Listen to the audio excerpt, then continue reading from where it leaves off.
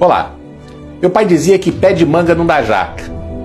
Era uma forma de interpretar a passagem bíblica em Mateus capítulo 7, versículo 18, que diz: a árvore boa não pode dar frutos ruins, nem a árvore ruim produzir bons frutos.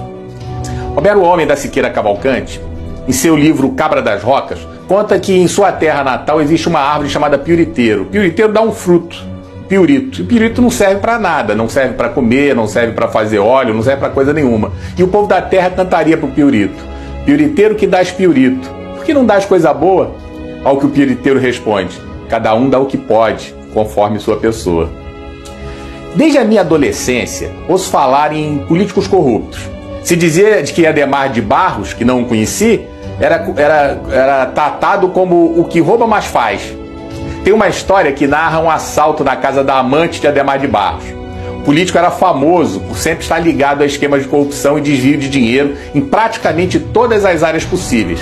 Provavelmente foi inspiração para o Sérgio Cabral. Ou podemos recorrer a outra máxima antiga: a história se repete. Bem, em 1969, a amante de Barros, Ana Guimol Benchimol Cabriglione, também conhecida pelo codinome, entre os dois, de Dr. Rui, escondia um enorme segredo em uma mansão no bairro de Santa Teresa, no Rio de Janeiro. Na casa estava guardado um cofre contendo uma alta quantia de dinheiro.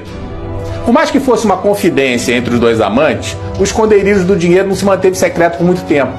Quando o sobrinho da mulher descobriu, entregou a informação para os guerrilheiros do grupo VAR Palmares, Vanguarda Armada Revolucionária Palmares, e a quadrilha roubou mais de 2 milhões de dólares.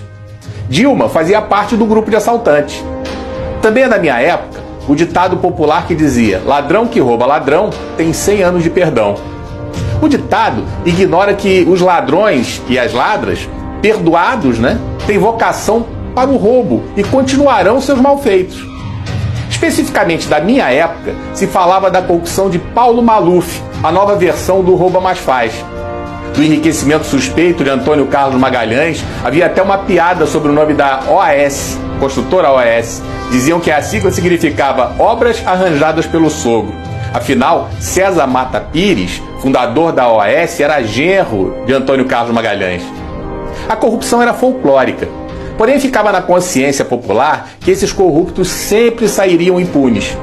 Até que veio a delação de Roberto Jefferson e explodiu o Mensalão.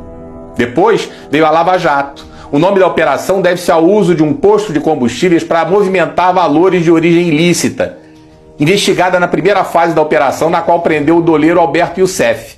Através de Youssef, constatou-se a sua ligação com Paulo Roberto Costa, ex-diretor da Petrobras, preso. Depois, Nestor Severo, que foi preso em 2015 e delatou outros.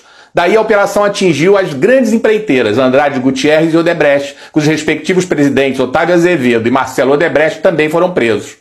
Ao longo de seus desdobramentos, entre outras pessoas relevantes que acabaram sendo presas graças à operação, inclui-se o ex-governador do Rio de Janeiro, Sérgio Cabral, seu sucessor, Luiz Fernando Pezão, o ex-senador Delcídio do Amaral, o ex-presidente da Câmara dos Deputados, Eduardo Cunha, os ex-ministros da Fazenda, Antônio Palocci e Guido Mantega, o publicitário João Santana, José Dirceu, Eike Batista, Luiz Inácio Lula da Silva. Novas investigações surgiram no exterior em dezenas de países, como Cuba, El Salvador, Equador e Panamá.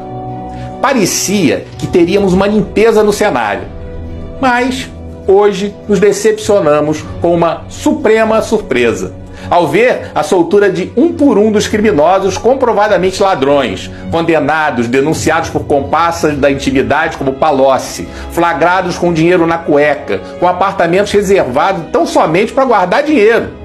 Falcatruas como a compra de refinaria em Passadina, que já entrou no folclore da impunidade.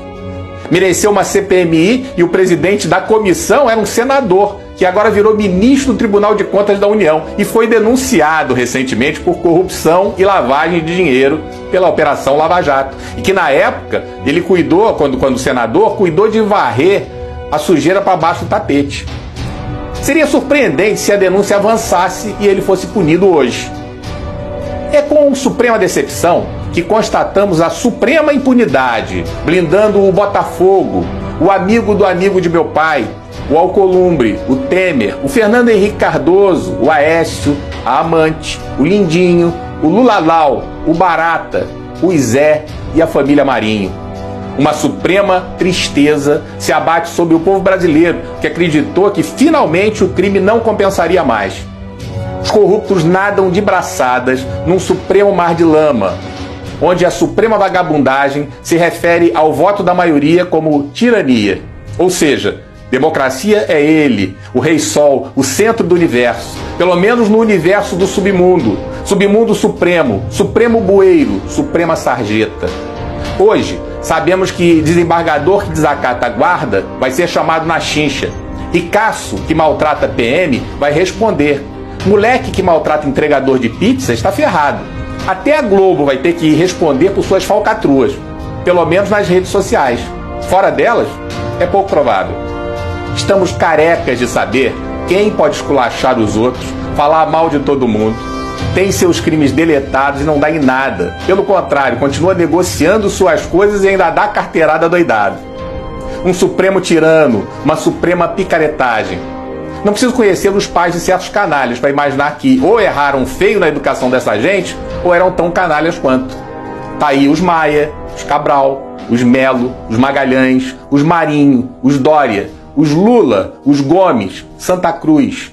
Como dizia meu pai, pé de manga não dá jaca.